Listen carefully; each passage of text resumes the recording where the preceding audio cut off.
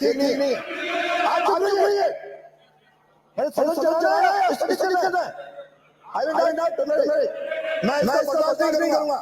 एक वाक्य में आपको क्वेश्चन एक पूछ लीजिए। पूछे।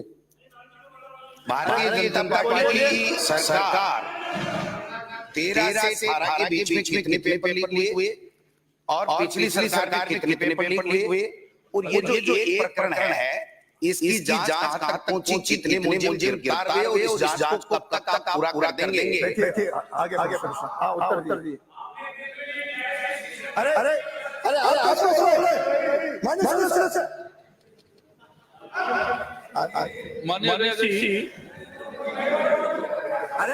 माननीय सदस्य आई विल नेम यू।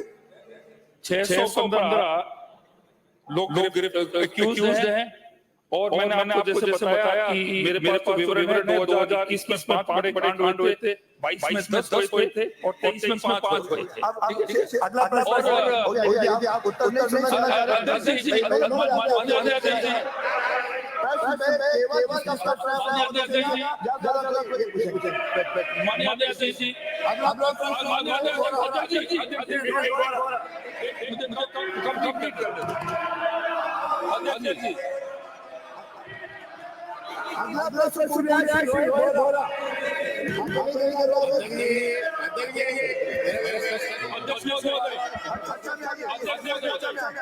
उसके लिए अलग से चर्चा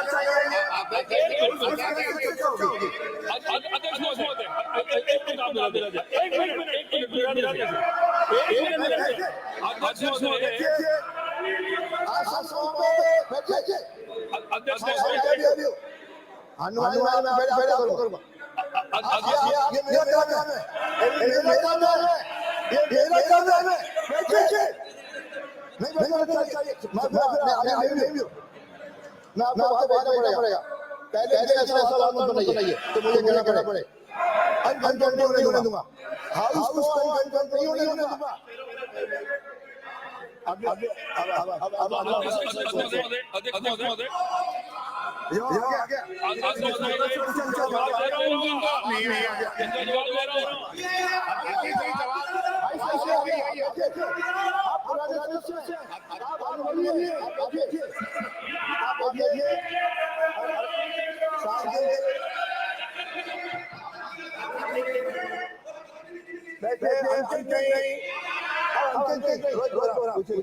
अगला प्रश्न 15 मिनट हो गए इसमें, इसे 15 मिनट हो गए, एक 5-7 से ज्यादा नहीं दे सकते, इस पे नहीं दे सकते। इस प्रश्न आ गया रोज बोला बोलिए, आपको अगला रुका नहीं तो अगला रुका आप बोलिए। प्रश्न नंबर 2 मान्य अब प्रश्न आ गया, बैठो आप अपनी लाइन चैम्बर बना लेना, बैठिए। अध्यक्ष महोदय, ऐसा है कि एक कलाम कोचिंग सेंटर सीकर में मैंने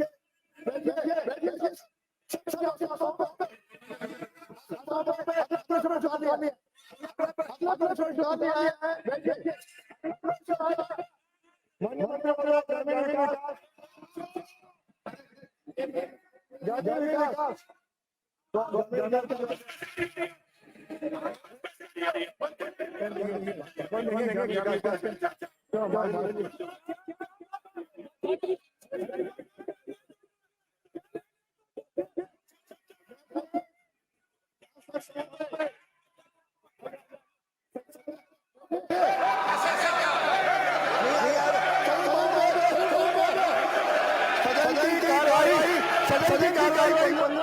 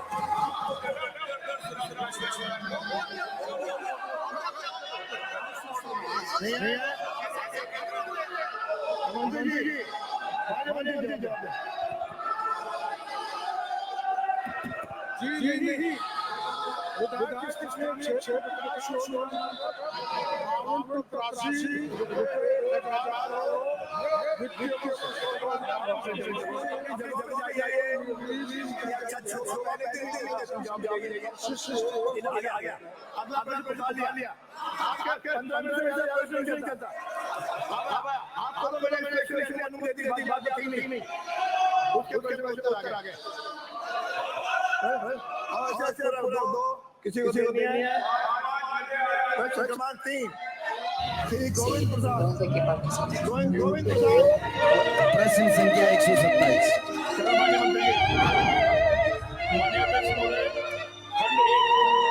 सामुदायिक स्वास्थ्य केंद्र मनोर थाना में रक्त की आपूर्ति जिला अस्पताल झालावाड़ से की जाती है। औषधि एवं प्रसाधन सामग्री Decathlon, 60 plus sports, 6,000 plus products. Blood storage unit में वार्षिक खपत 2000 तक की खपत होने और नवीन ब्लड बैंक की स्थापना की जाती है।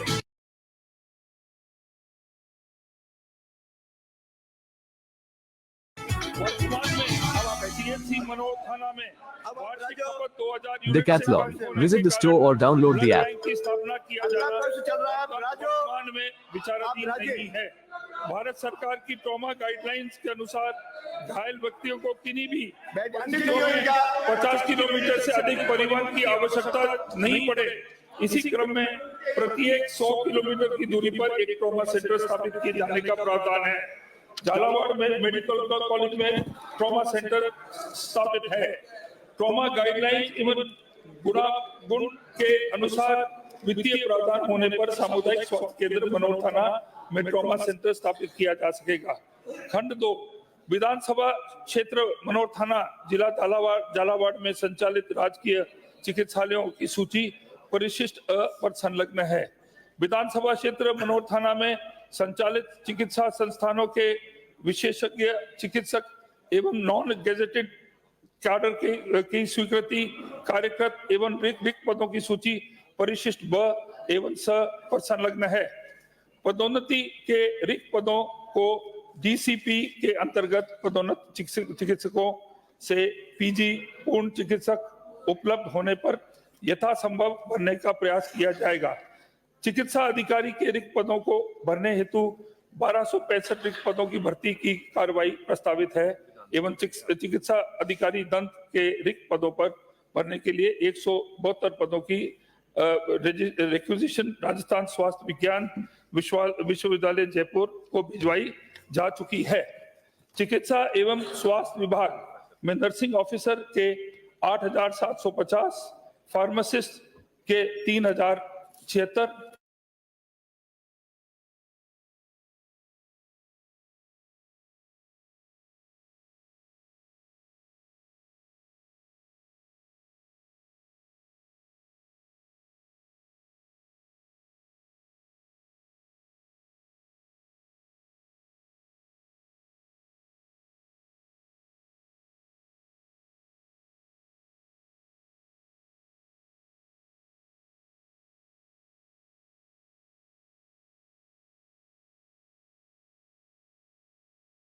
प्रक्रियाधीन है।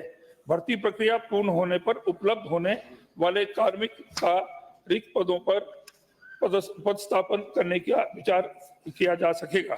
खंड 3 कस्बा मनोर थाना, पंचायत मनोर थाना, जिला झालावाड़ में वर्तमान में 3 शैय्याओं युक्त सामुदायिक स्वास्थ्य केंद्र स्वीकृत है। स्वीकृत शैय्याओं का वर्ष 2022 में 72.18% शैय्याओं की उपयोगिता BOR रही है। इसलिए सामुदायिक स्वास्थ्य केंद्र मनोर थाना की शैय्याओं में वृद्धि किया जाना वर्तमान में विचाराधीन नहीं है। माननीय सदस्य। माननीय अध्यक्ष महोदय, मैं माननीय मंत्री जी से पूछना चाहूंगा कि मनोर थाना CHC जिला मुख्यालय से करीब 110 किलोमीटर दूरी पर स्थित है और इसमें 150 गांव इसके अंतर्गत आते हैं और 4 PSC इसके अंतर्गत आती है। मैं माननीय मंत्री जी से पूछना चाहूंगा कि इसको उप जिला अस्पताल बनाने की घोषणा करें या इसको और क्या क्या सुविधाएं आप दे सकते हो, क्योंकि ये बहुत दयनीय स्थिति वहां की। तो मैं आपसे निवेदन करता हूं मंत्री महोदय कि आप इसको उप जिला अस्पताल घोषणा करने की कृपा करें। आप प्रश्न पूछिए। चलिए। हाँ माननीय अध्यक्ष महोदय, माननीय सदस्य ने ब्लड बैंक के लिए निवेदन किया था अपने प्रश्न में। हमारा जो नियम है 2000 यूनिट प्रति वर्ष अगर कंजम्पशन होता है तो ब्लड बैंक स्थापित किया जाता है। यहाँ पर लगभग प्रति वर्ष जो है 50 यूनिट से ज्यादा यूज नहीं होता है, तो अगर ब्लड बैंक खोलेंगे तो ब्लड जो है आपका खराब हो जाएगा। पास ही में अखलेरा है 40 किलोमीटर CHC, वहां पर इसको जो है वहां पर सब ये ब्लड स्टोरेज की सुविधाएं हैं।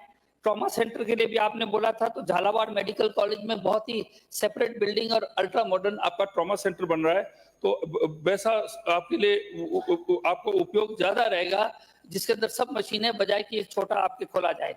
आपकी जो वेकेंट पोस्ट है, मैंने गूगल मैप से भी देखा, आप बिल्कुल एक कोने में है, मध्य प्रदेश के बॉर्डर में है। तो आपके जो है जो भर्तियां जो हैं आपके जो जैसे होती है आपके जो रिक्त पद जो है उनको ज्यादा से ज्यादा भरेंगे ताकि आपकी जो एफिशिएंसी हॉस्पिटल की बढ़े। एम्बुलेंसेज जो है आपकी 104, 108 में कोई भी आपकी समस्या हो उसका भी समाधान किया जाएगा। और कोई प्रश्न है? धन्यवाद। प्रश्न क्रमांक 4 चंद्रभान सिंह। और किसी को अनुमति नहीं है सिवाय विपक्ष नेता पूछेंगे। है आपका प्रश्न लास्ट में, आप बोले नहीं जिस समय आप बोले नहीं, अब नहीं आए, अब लास्ट में आएगा, समय बचेगा तो आएगा। आप प्रश्न क्रमांक प्रश्न संख्या 4। एक सेकंड जैसा कि एक सेकंड बैठे चंद्रमा, एक बार बैठे। प्रश्न के खंड 2 में एक सेकंड अन्य मंत्री महोदय ने ये बताया है कि नर्सिंग ऑफिसर के 8,750, फार्मासिस्ट के 3,067, स्वास्थ्य कार्यकर्ता के 4,847, रेडियोग्राफर के 1,178 और लैब टेक्नीशियन 2,190, डेंटल टेक्नीशियन 151 पदों की भर्ती प्रक्रियाधीन। तो ये भर्ती एक तो कब तक प्रक्रिया इसकी पूरी हो जाएगी?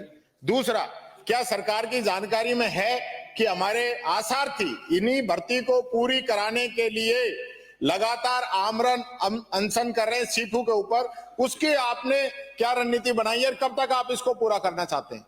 माननीय मंत्री जी। अध्यक्ष महोदय, ये जितनी भी भर्तियों है इसकी फाइनेंशियल स्वीकृति फाइल सब हमने भेज दी है। हमारी सरकार को 1 महीने से थोड़ा ही ज्यादा समय हुआ है, तो आप ये आशा करते हो कि पहले ही दिन आके भर्तियां कर दें, वो संभव नहीं है। पर ये हम महसूस करते हैं जो शॉर्टफॉल हो रहा है और इसका प्रयास करके हम इसको जल्दी से जल्दी। माननीय सदस्य आपको बोलने की अनुमति नहीं है, आपको अनुमति नहीं है, आप बीच में खड़े नहीं होंगे, मतलब आप हर प्रश्न में खड़े हो जाते हो। अध्यक्ष महोदय आपका प्रश्न उत्तर। आपने आपकी खुद की सरकार ने ये कहा है कि 100 दिन में हम कार्य योजना बनाएंगे, सारे काम पूरे कर देंगे, और पिछले 10 दिन पहले आपके मुख्यमंत्री जी ने ये कहा है कि हमने 100 दिन की कार्य योजना 30 दिन में पूरी करनी है। तो उस 30 दिन में ये काम नहीं हो रहा क्या? और कब तक होगा? और आप 5 साल का इंतजार करेंगे क्या अध्यक्ष जी? आगे उत्तर। आप 5 साल के लिए सरकार बनी है, ये सही है, लेकिन 5 साल बाद आखिरी दिन काम करेंगे, ये नहीं बने। उन्होंने उत्तर दे दिया है। अब उत्तर नहीं आया सर, आप कब तक करेंगे ये बता दे। उन्होंने कहा जल्दी से जल्दी करेंगे, नहीं तो फाइनेंशियल तो होने के बाद ही तो भर्ती जल्दी से जल्दी करेंगे मंत्री। पूरी प्रक्रिया कंप्लीट हो चुकी है, सिर्फ पोस्टिंग देनी है, सिर्फ पोस्टिंग देनी है, सारी प्रक्रिया पूरी हो चुकी है। सरकार इस पे गंभीरता से विचार करे। संख्या 4 संख्या 4 उत्तर सभा पटल पे रख दिया एक मिनट, माननीय सदस्य बैठिए। आप प्रश्न लास्ट में आएगा, सारे प्रश्न पूरे होने के बाद आएगा, कहीं बीच में नहीं बोलता, अब नहीं आएगा प्रश्न, अब नहीं आएगा। बैठिए, आप उस समय यहाँ आ जाते हो, वेल में आ जाते हो, फिर कहते हो प्रश्न। उत्तर मेरे बात आप उस समय वेल में क्यों आए? वेल में आए तो होगा। मंत्री महोदय स्थगित नहीं है मेरे पास आगे तो उत्तर है अब नहीं उसका। होगा। हाँ होगा, बाद में आएगा, बाद में आएगा। मैंने व्यवस्था दे दी है, मैंने व्यवस्था दे दी। बैठिए, यानी पहले ही दिन आकर के आप सोचो, यानी मैं जितना लीनियंट हो रहा हूँ उतना ही आप आगे बढ़ते जा रहे हो। माननीय मंत्री महोदय प्रश्न स्थगित नहीं है, मेरे पास उत्तर आया है और छाप लगी हुई है इस पे। क्या माननीय मंत्री जी जी, उत्तर दीजिए। सबसे पहला वर्तमान में ऐसा कोई प्रस्ताव विचाराधीन नहीं है। प्रश्न का उत्तर आ रहा है। जी, दूसरा, वर्तमान में ऐसा कोई प्रस्ताव विचाराधीन नहीं है। तीसरा, ऐसा कोई विचार वर्तमान में सरकार के स्तर पर विचार में नहीं है। मेरे को जवाब दिया वो नहीं पढ़ रहे हैं मंत्री महोदय, आपने जवाब क्या दिया ये मेरे पास जवाब है। मैंने कहा था कि सभा पटल पर रख दिया है, आप प्रश्न पूछ लीजिए मुझसे। नहीं, आप एक बार उसको जवाब तो सुना दे साहब। तो मैं वही तो कर रहा हूं कि जवाब दे। अरे जवाब आप क्यों खड़े होता है? प्रश्न करता खड़ा है।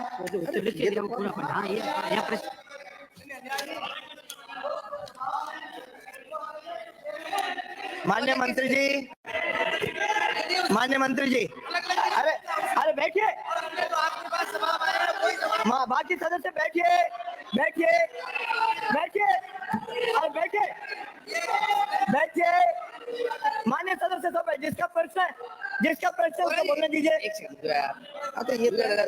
अरे माननीय सदस्य प्रश्न का उत्तर सुने। सही है माननीय महोदय, अरे आप, ये मेरा काम है, मेरा काम आप नहीं करेंगे, मेरा काम मेरे करने दीजिए। हाँ तो आप बैठिए ना, आप बैठिए, मैं आपके नेचर जानता हूँ, जो हो रहा है मैं देख रहा हूँ उसको, आपको देखने का भी जिम्मेदारी नहीं मिली है। बैठिए, अरे आने दीजिए उत्तर, आप बैठिए, उत्तर आने दीजिए। मैं आपको, अरे आपको बोलने की अनुमति नहीं है, बैठिए। आप हमारे हैं, तभी तो आपको कहा था। अब आप बैठिए, उत्तर तो अरे उत्तर आने दीजिए, व्यवस्था चलाने दीजिए।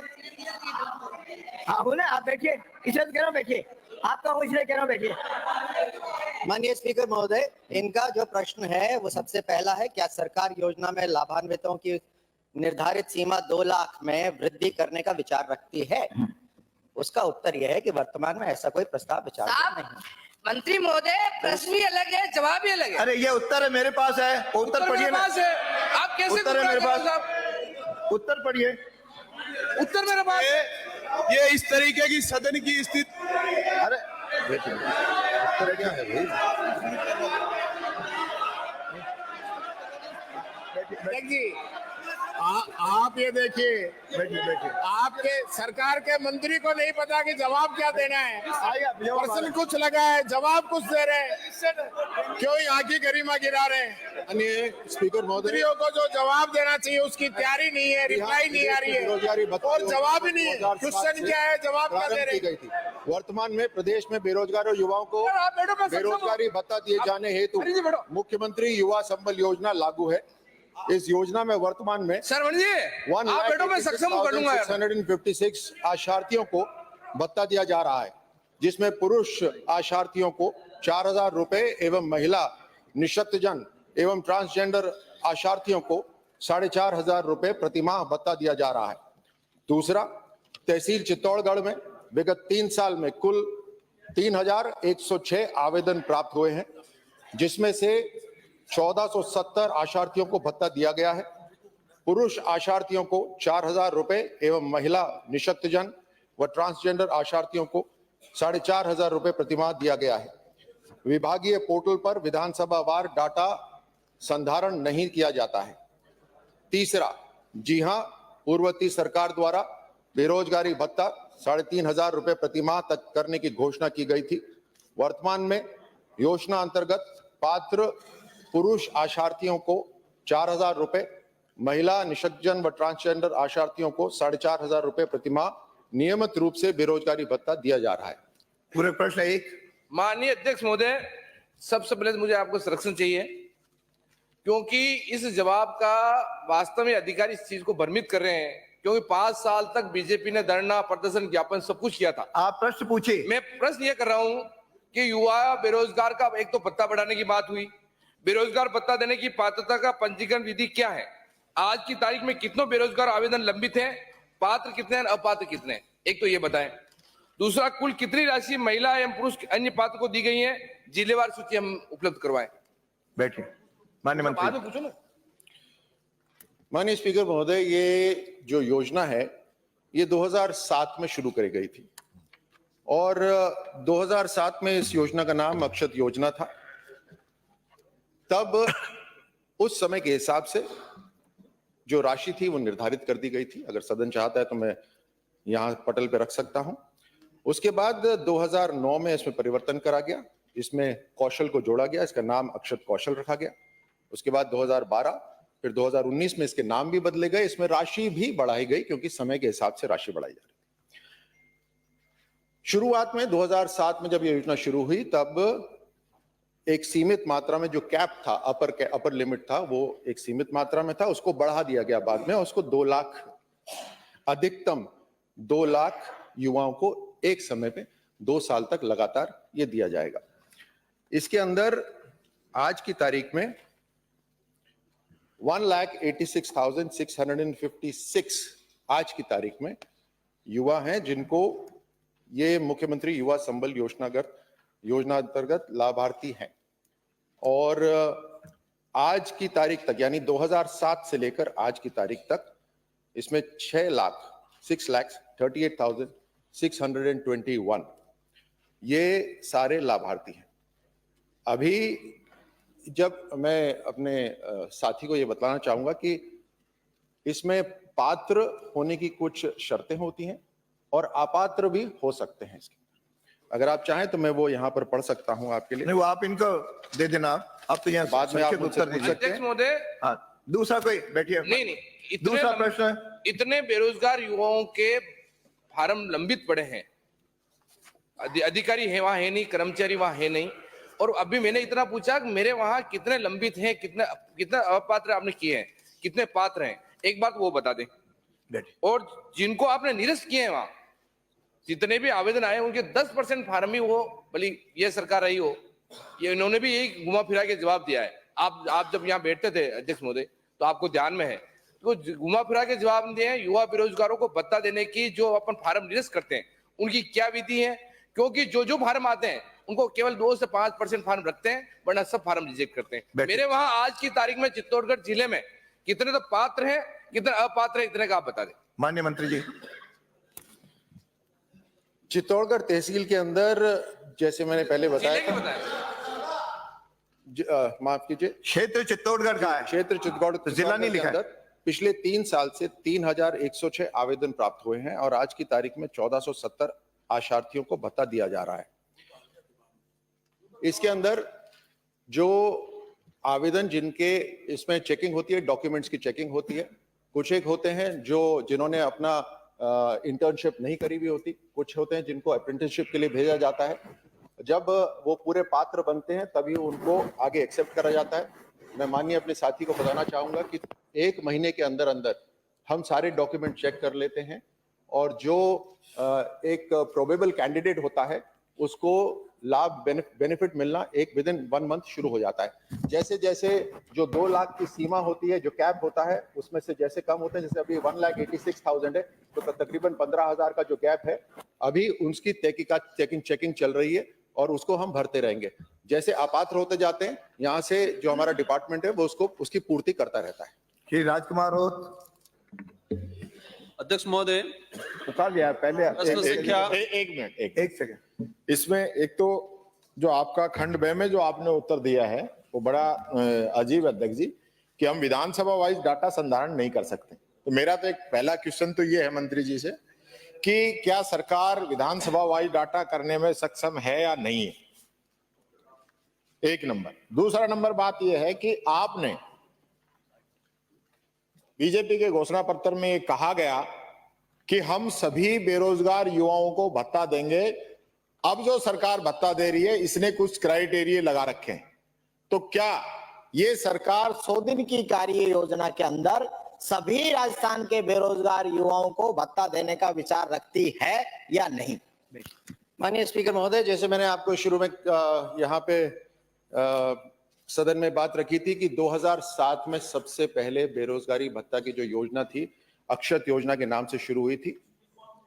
सिंपल, वो हमारी ही सरकार ने और कोई नहीं बोलेगा बीच में, बैठे बैठे नहीं बोलेंगे। उसके बाद में उसी योजना को जो अरे ये इनका जो दूसरी आपका प्रश्न नहीं है, उसने आगे आपका प्रश्न नहीं है। चित्तौड़गढ़ माननीय सदस्य आज की तारीख के अंदर कोई भी पेंडिंग केस नहीं है। और जहां तक बात रही, जो डेटा है वो डेटा एडमिनिस्ट्रेटिव यूनिट के हिसाब से ही रखा जाता है, तो जिलेवार ही डेटा रखा जाता है। अगला प्रश्न राजकुमार का जवाब ही नहीं है अध्यक्ष महोदय जी, दोनों क्वेश्चन का जवाब नहीं है। मेरी आवाज दोनों क्वेश्चन का जवाब नहीं है। कंपेयर नहीं कर सकते। दोनों ही क्वेश्चन का जवाब नहीं है। हाईवे नहीं मिलो। मैंने दो चीज, मैं आपका नाम बोलूंगा। अध्यक्ष जी, यार बाद में खड़े हो जाते हो एक अध्यक्ष दो जी, लोग। आप हमें I will not tolerate it. I can tell you frankly, हर प्रश्न में खड़े हो जाते हो। जिन्होंने पूछा है मैंने विपक्ष के नेता को अलाउ किया। ये आपका मेरा आप हमें कोऑपरेट कीजिए अध्यक्ष जी, आपका संरक्षण चाहते हैं। अब मैंने नाम पुकार दिया है। आप बाद दो में मिलेंगे। सिंपल क्वेश्चन है, दो सिंपल क्वेश्चन है कि सरकार विधानसभा वार डाटा रखने में सक्षम है या नहीं है, और दूसरा सभी बेरोजगारों को भत्ता देना चाहते हैं कि नहीं है, बस हाँ या ना। राजकुमार अध्यक्ष महोदय, पिछले दोनों क्वेश्चनों के जो जवाब आया उससे सदन सच पूछे। अध्यक्ष महोदय, प्रश्न संख्या 243 मेरे पास लिखित में जवाब आ गया है। आपकी आज्ञा हो तो मैं सीधे प्रश्न पूछ लूं। पूरे प्रश्न पूछे। ये पंचायत समिति 2017 में स्वीकृत हुई थी और इसको 15 माह में कंप्लीट करना था, लेकिन आज 7 वर्ष हो चुके, नहीं हो पाए हैं। इसी को लेकर मेरा क्वेश्चन लगा है। मेरा पहला सवाल ये है कि इसकी अनियमितता को लेके 16 सीसी चार्जशीट दी गई है, तो वो कितने लोगों को दी गई है, किन किन को दी गई है? दूसरा क्वेश्चन मेरा ये है कि 17 सीसी जो चार्जशीट है वो चार्जशीट अभी प्रक्रियाधीन बताया गया है, तो वो चार्जशीट किस किस को मिल रही है और कब तक मिलेगी? दो क्वेश्चन। माननीय मंत्री महोदय, तीसरा क्वेश्चन मेरा ये है, अभी दो तो पूछ लीजिए, तीसरा भी आप लेना। हाँ माननीय अध्यक्ष महोदय, ये सच है कि पंचायत समिति का भवन बनना था और आज तक पूरा नहीं हुआ, गंभीर विषय है। परंतु मुझे बहुत दुख है इस बात का ये कि इसमें 6 साल में पूर्व सरकार ने 26 वीडियो के ट्रांसफर किए हैं। 26 वीडियो के इस पंचायत समिति 26 बार वीडियो आया। अब मुझे सबसे पहले तो जिस अधिकारी ने ये ट्रांसफर किए हैं, अरे उत्तर सुनिए ना, उत्तर मंत्री जी को उत्तर के लिए नहीं कह सकते हो, क्या दें? जिस अधिकारी ने ये ट्रांसफर किए इतनी बार, उनके खिलाफ भी कार्रवाई करूंगा। एक बात। दूसरी बात यह है कि इसमें जो अनियमितताएं हुई हैं वो माननीय सदस्य को भी ध्यान है, क्योंकि इसमें जो हमने चार्जशीट लगभग सबको दे दी, 16 सीसी कार्रवाई कर रहे हैं, और एक जो इसमें आईएन है वो मेरी मोटी जानकारी के अनुसार अब दुनिया में नहीं रहे हैं, लेकिन जो जयन है उनको हम निलंबित करते हैं। और जो वीडियो रहा इसमें अधिक समय और 3-4 बार वापस उसी वीडियो को लगाया गया है, शायद तत्कालीन अधिकारी या तत्कालीन मंत्री के कोई वेस्टेज इंटरेस्ट रहे होंगे, इसलिए मैं उस वीडियो को भी निलंबित करता हूं। हो गया आपका? और कोई? अध्यक्ष महोदय, एक पूछ सकते हो। माननीय मंत्री महोदय 26।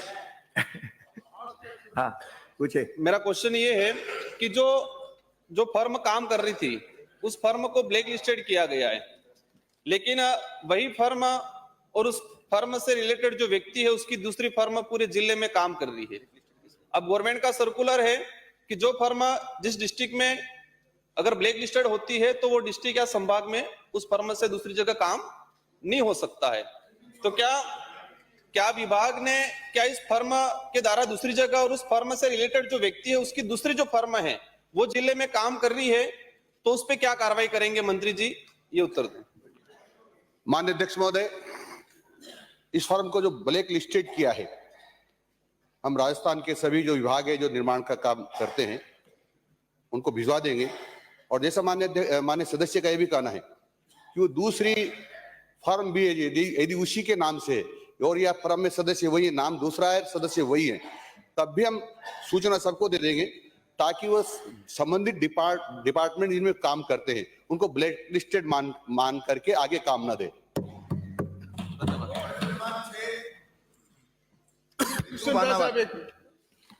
Question number 375। माननीय मंत्री महोदय। माननीय अध्यक्ष जी, खंड 1 विधानसभा क्षेत्र बयाना में राजस्थान सार्वजनिक प्रन्यास अधिनियम 1959 के तहत 16 मंदिर पंजीकृत प्रन्यास है जिसकी सूची परिशिष्ट 1 पर संलग्न है। देवस्थान विभाग द्वारा प्रतिबंधित एवं नियंत्रित 2 मंदिर एवं एक सुपुर्दगी श्रेणी का मंदिर है जिनका विवरण निम्नानुसार है। राजकीय आत्मनिर्भर श्रेणी मंदिर श्री कैला देवी जी झील का बड़ा मंदिर की अचल संपदा का विवरण निम्नानुसार है। बयाना विधानसभा क्षेत्र में देवस्थान विभाग द्वारा प्रतिबंधित एवं नियंत्रित राजकीय आत्मनिर्भर श्रेणी मंदिर श्री कैला देवी जी झील का बड़ा बयाना है। इस मंदिर की कोई कृषि भूमि नहीं है। व्यावसायिक संपदाओं में मंदिर की 9 दुकानें एवं मेला क्षेत्र में अस्थायी चबूतरे है, कोई आवासीय संपदा नहीं है।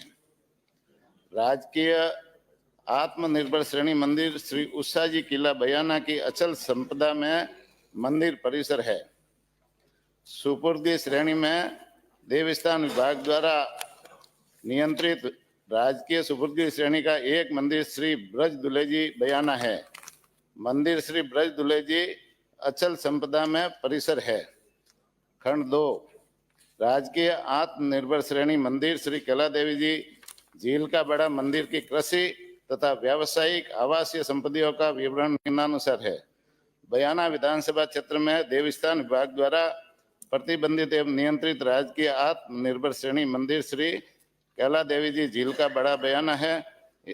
इस मंदिर में कोई कृषि भूमि नहीं है। व्यावसायिक संपदाओं में मंदिर की 9 दुकानें, मेला क्षेत्र में अस्थायी चबूतरे है, कोई आवासीय संपदा नहीं है। मंदिर श्री कैला देवी जी झील का बड़ा बयाना में मेलों में अस्थायी दुकानों की नीलामी से विगत 5 वर्ष में कुल राशि 1,61,42,232 रुपया की आय हुई है, जिसका विवरण निम्नानुसार है। वर्ष 2019-20 में 46,36,232 रुपया, वर्ष 2020 में मेरे पास जवाब तो आ गया है पहले अब लास्ट में 2 लाइनें रही हैं, सुन लीजिए फिर आपका पूरा। वर्ष 2020-21 में कोविड के कारण मेले में कोई आयोजन नहीं हुए। वर्ष 2021-22 में 36,67,50 रुपया। वर्ष 2022-23 में 61,11,268 रुपया। वर्ष 2023-24 में राशि 17,27,682 रुपया की आय हुई है दिसंबर माह। आप पूरा प्रश्न। माननीय अध्यक्ष महोदय, झील का बाड़ा कैला देवी जी का जो मंदिर है वो न केवल भरतपुर जिले का बल्कि बाहर के भी कई जिलों के आस्था का बहुत बड़ा केंद्र है। आदरणीय मुख्यमंत्री जी और भरतपुर जिले से आने वाले सभी विधायकों की कुल देवी का मंदिर ये है, लेकिन वहां पर 9 व्यावसायिक दुकान होने के बावजूद भी, आत्मनिर्भर श्रेणी का मंदिर होने के बावजूद भी वहां पर डेवलपमेंट के नाम पर कुछ भी नहीं है। मैं मंत्री जी से पूछना चाहती हूँ कि इतना बड़ा आस्था का केंद्र होने के बावजूद अब तक डेवलपमेंट के लिए वहां पर कुछ भी नहीं हुआ है। यहाँ हम देखते हैं कि मोदी जी ने शौचालय जगह जगह निर्मित किए हैं ताकि आमजन को परेशानी नहीं हो, और झील के बारे में लगातार वर्षों से एक परंपरा के अनुसार नवरात्र में मेला लगता है, लेकिन वहां पर फिर भी शौचालय तक निर्मित नहीं है। तो मैं मंत्री जी से पूछना चाहती हूँ कि वहां पर डेवलपमेंट के लिए सरकार की क्या योजना है। माननीय मंत्री जी। माननीय अध्यक्ष महोदय, झील का बड़ा कैला देवी मंदिर में 5 साल में 1,61,42,232 रुपए की आय हुई है और पिछली सरकार ने वहाँ झील का बाड़ा मंदिर में कोई विकास के कोई योजना नहीं बनाई थी। हम निश्चित रूप से इस बार इस बारे में योजना बनाएंगे। जो माननीय सदस्य ने पूछा है उसके संबंध में इनको जवाब देंगे योजना बना करके। अगला प्रश्न श्री छगन सिंह राजपुर।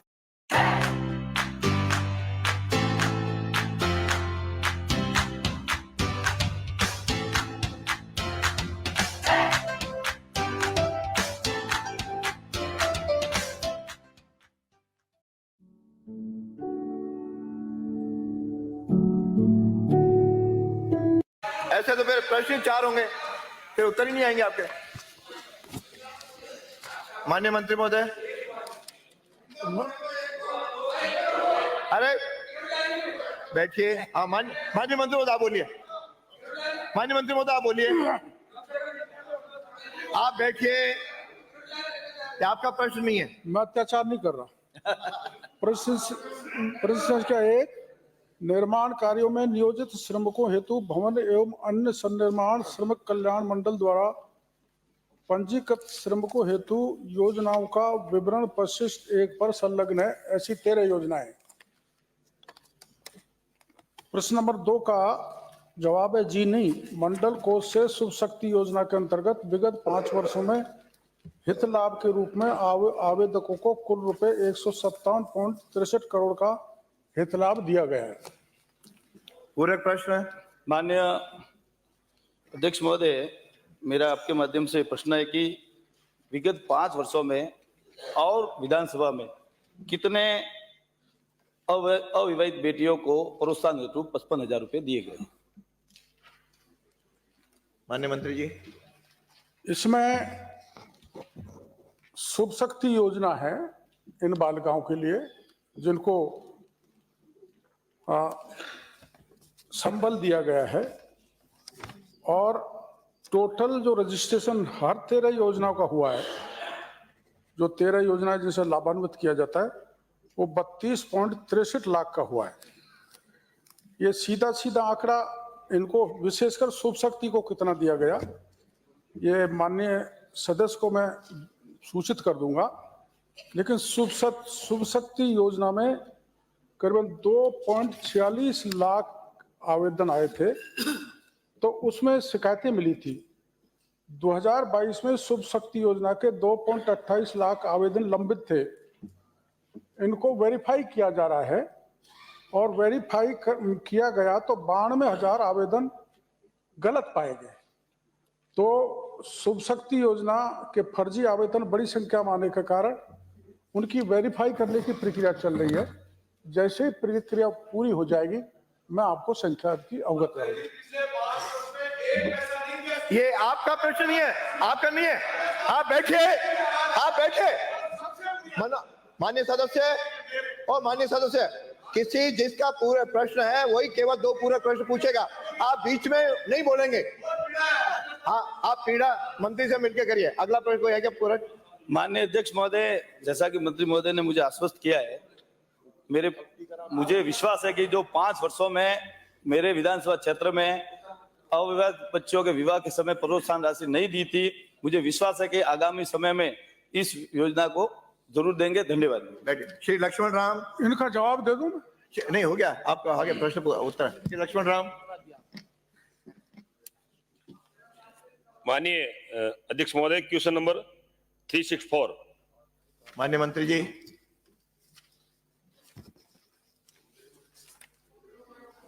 कृषि मंत्री जी। कृषि मंत्री जी आपका प्रश्न है। एग्रीकल्चर का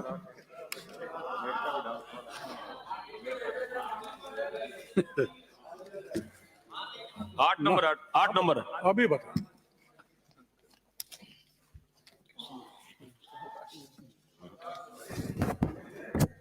ना सरकार जाग रही है श्रीमान जी। प्रश्न नंबर 1। जी हाँ, विधानसभा क्षेत्र मेड़ता में प्रधानमंत्री फसल बीमा योजना के तहत किसानों की फसलों का बीमा किया गया है। खरीफ 2020 से रबी 2022-23 तक Reliance general insurance company limited द्वारा वर्षवार निम्नानुसार किसानों की संख्या में फसलों का बीमा किया गया है, जिसका वर्षवार विवरण निम्नानुसार है। वर्ष 2020-2021 में 29,992, 2021-22 में 27,454, 2022-23 में 32,164। उक्त विधानसभा क्षेत्र में प्रधानमंत्री माननीय सदस्य बीच में। उक्त विधानसभा क्षेत्र में प्रधानमंत्री फसल बीमा योजना प्रावधानों के अनुसार दर्ज की गई उपज क्षति के आधार पर खरीफ 2020 से रबी 2022-23 तक पात्र बीमित फसल के किसानों को 85.98 करोड़ रुपए का बीमा क्लेम बीमा कंपनी द्वारा जारी किया गया है एवं 7 किसानों के फसल बीमा क्लेम लंबित है। लंबित बीमा क्लेमों का भुगतान प्रक्रिया दी। माननीय सदस्य। माननीय अध्यक्ष महोदय, मैं आपके माध्यम से मंत्री से पूछना चाहता हूं कि मेरे प्रश्न बिंदु संख्या 2 व 7 किसानों का फसल बीमा क्लेम का भुगतान लंबित प्रतिक्रिया बताया है। मंत्री महोदय, इन 7 किसानों को बीमा क्लेम की राशि कब तक दे दी जाएगी, ये बताने की कृपा करें। माननीय सदस्य मंत्री जी। जो 7 किसानों का ये बीमा राशि लंबित बता रहे हैं, इन 7 लोगों का 7 करोड़ स्टेट ने जारी कर दिया है। पहले स्टेट जारी करता है, फिर उतनी राशि केंद्र देगा। इस प्रकार से अब केंद्र तक प्रक्रिया चलेगी, उतना जो समय लगेगा उसके बाद पूरा क्लेम मिल जाए। जल्द से जल्दी लाइए। श्री मनोज कुमार। प्रश्न संख्या 9। जवाब आ गया, मैं सप्लीमेंट्री पूछ लेता हूँ। अध्यक्ष महोदय, खंड 1 सीधा सप्लीमेंट्री प्रश्न पूछना चाह रहे हैं, आगे बढ़िए। जो भवन बहुत पुराने हो चुके हैं और जहां एनएम कार्य नहीं कर रही है क्योंकि वो क्षतिग्रस्त है, दूसरे स्थान पर वो काम कर रही है उस वजह से, परंतु उन भवनों का भी जर्जर घोषित नहीं किया है। इनकी संख्या दोनों तहसीलों में कितनी है और इनको कब तक जर्जर घोषित कर नए भवन सरकार बनेगाने का विचार रखती है? माननीय मंत्री जी।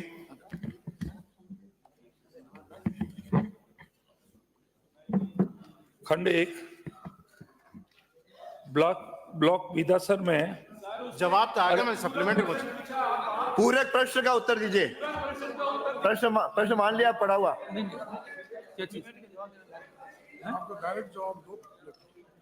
इन्होंने मान्य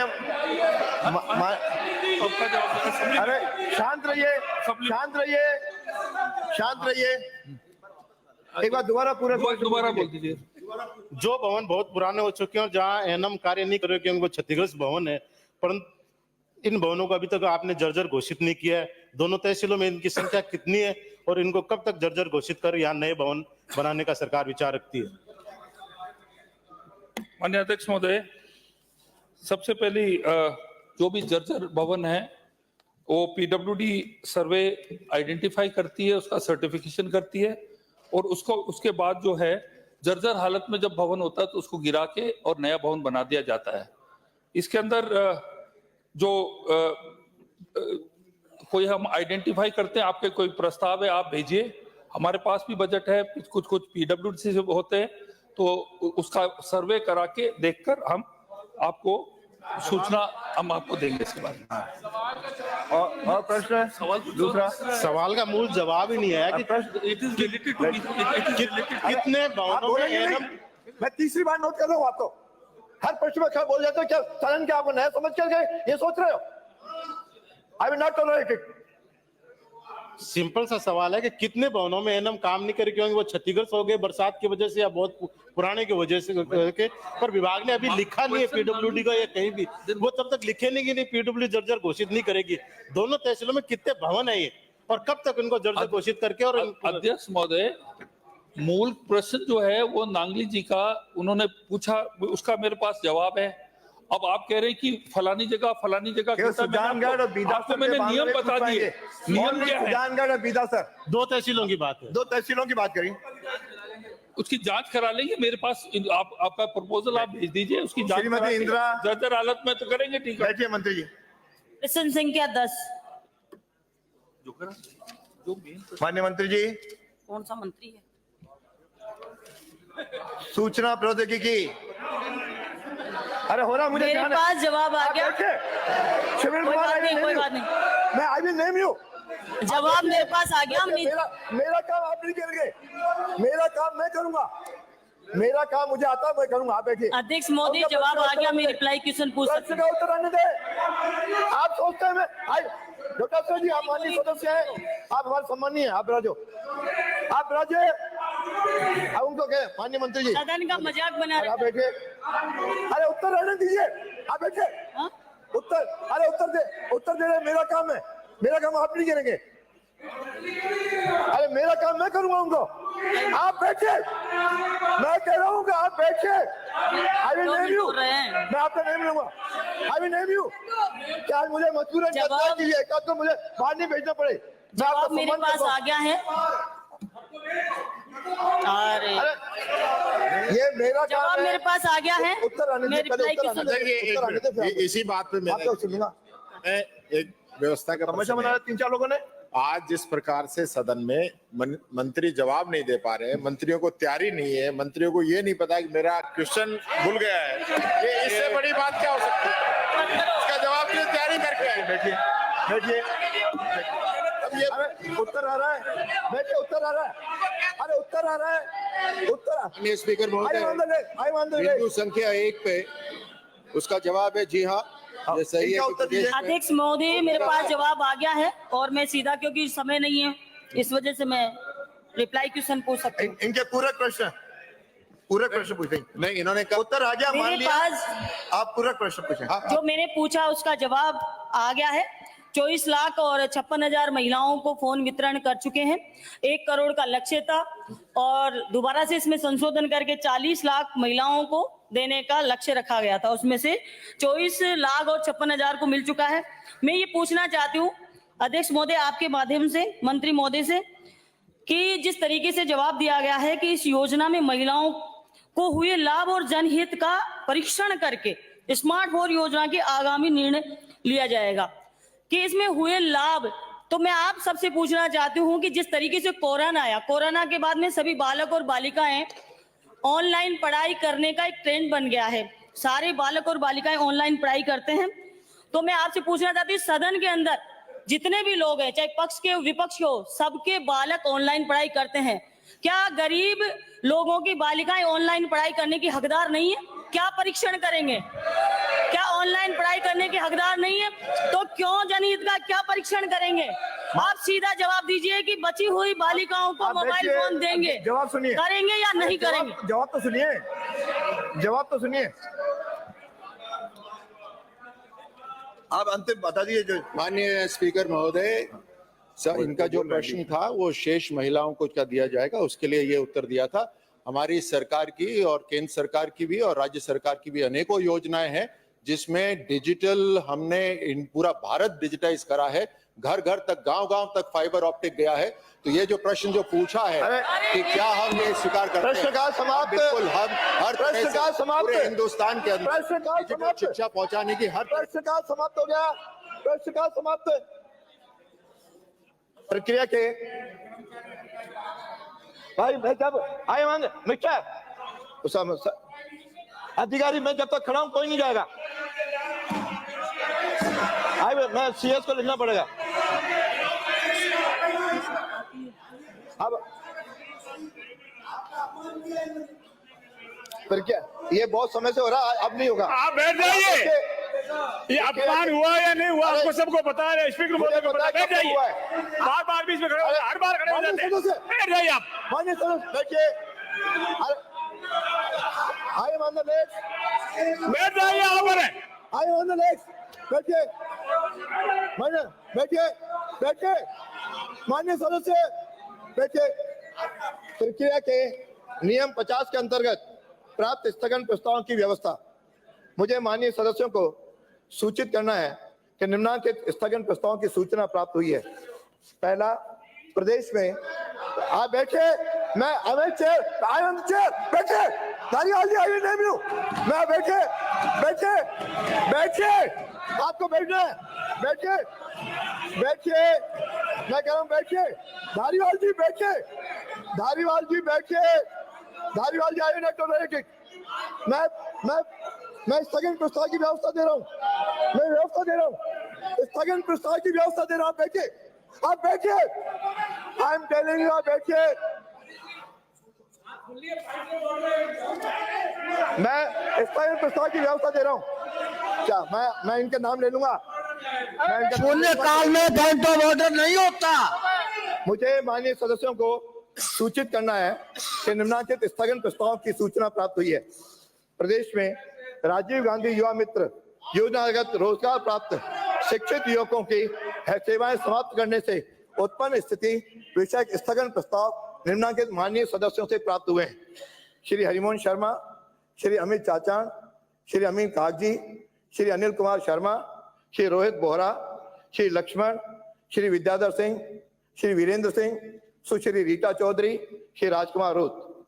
नंबर 2, श्री हनुमान बेनीवाल सदस्य की ओर से प्रदेश में अघोषित बिजली कटौती से आम उपभोक्ता की हो रही परेशानी के संबंध में उपरोक्त प्रस्ताव ऐसे नहीं है कि सदन की पूर्व निर्धारित कार्रवाई को रोककर इन पर विचार किया जाए, अतः इन पर अनुमति देने में असमर्थ हूं। फिर भी माननीय सदस्य श्री हरिमोहन शर्मा, श्री रोहित बोहरा और श्री राजकुमार रोत को उनके प्रस्ताव के विषय वस्तु पर 2-2 मिनट बोलने की अनुमति होगी। प्रक्रिया के नियम 295 के अंतर्गत प्राप्त विशेष उल्लेख की सूचनाएं। श्री गोविंद प्रसाद सदस्य की ओर से विधानसभा के क्षेत्र के मनोहर थाना की क्षतिग्रस्त पुलियाओं की मरम्मत कराए जाने के संबंध में श्री रितु बानावत सदस्य की ओर से जिला धौलपुर एवं भरतपुर की जाट जाति के केंद्र की भांति अन्य पिछड़ा वर्ग के अधिकृत सूची में शामिल किए जाने के संबंध में श्री अमीर सिंह भायल सदस्य की ओर से विधानसभा क्षेत्र सिवाना की तहसील सिवाना, समधरी और सिंधरी के क्षेत्र को खनिज विभाग जालोर से जिला बाड़मेर या नवसृजित जिला बालोतरा के अधीन करने के संबंध में श्री अर्जुन लाल सदस्य की ओर से निजी कंपनियों द्वारा छोटे किसानों के खेतों में बिना किसी मुआवजे के उच्च क्षमता की विद्युत लाइनें खींचे जाने के संबंध में श्री फूल सिंह मीणा सदस्य की ओर से प्रदेश में पैरा फेरी क्षेत्रों में वर्षों से बसी कॉलोनियों में पट्टा जारी नहीं किए जाने के उत्पन्न स्थिति के संबंध में श्री चेतन पटेल कोलाना सदस्य की ओर से प्रदेश में अनुसूचित जाति व अनुसूचित जनजाति के छात्र छात्राओं की बकाया छात्रवृत्ति का शीघ्र भुगतान करने के संबंध में श्री मनीष यादव सदस्य की ओर से श्री विधानसभा क्षेत्र शाहपुरा से गुजरने वाले नेशनल हाईवे 48 पर हो रही मादक पदार्थों की तस्करी को रोकने हेतु समुचित कार्रवाई करने के संबंध में श्री शैलेश सिंह सदस्य की ओर से भरतपुर संभाग के डीग जिले में उद्यानिकी एवं वानिकी विश्वविद्यालय खोलने के संबंध में श्री उदयलाल डांगी सदस्य की ओर से विधानसभा क्षेत्र वल्लभ नगर में जल कनेक्शन से वंचित पंचायतों को जल जीवन मिशन से जोड़ने के संबंध में श्री संदीप शर्मा सदस्य की ओर से कोटा शहर में सार्वजनिक स्थानों पर अवैध मांस की दुकानों द्वारा खुले में मांस विक्रय को अविलंब बंद करवाने जाने के संबंध में श्री हरि सिंह रावत सदस्य की ओर से विधानसभा क्षेत्र भीम की नवगठित नगर पालिका के कार्यालय का गठन कर अधिकारियों कर्मचारियों की नियुक्ति करने के संबंध में श्री बाल मुकंदाचार्य सदस्य की ओर से जयपुर शहर के परकोटे से बहुसंख्यक समाज के लोगों के हो रहे पलायन को रोकने के संदर्भ में श्री हनुमान बेनीवाल सदस्य की ओर से जिला जयपुर एवं जोधपुर में नगरीय विकास एवं आवासन विभाग के अधिकारियों के संरक्षण में बिल्डरों द्वारा बिल्डिंग बायलॉज के प्रावधानों का उल्लंघन करने से उत्पन्न स्थिति के संबंध में श्री कैलाश वर्मा सदस्य की ओर से जिला जयपुर में 200 फीट चौराहे से लेकर बगरू पुलिया तक लगने वाले असामयिक ट्रैफिक जाम से आम जनता को ही हो रही परेशानी से उत्पन्न स्थिति के संबंध में श्री थावरचंद मीणा सदस्य की ओर से विधानसभा क्षेत्र धरियावाद की तहसील धरियावाद में कृषि मंडी के खाते में दर्ज भूमि पर लगे स्टे को हटाकर किसानों को लाभान्वित करने के संबंध में माननीय सदस्यों को उनके द्वारा दी गई सूचना को पढ़ने की अनुमति होगी।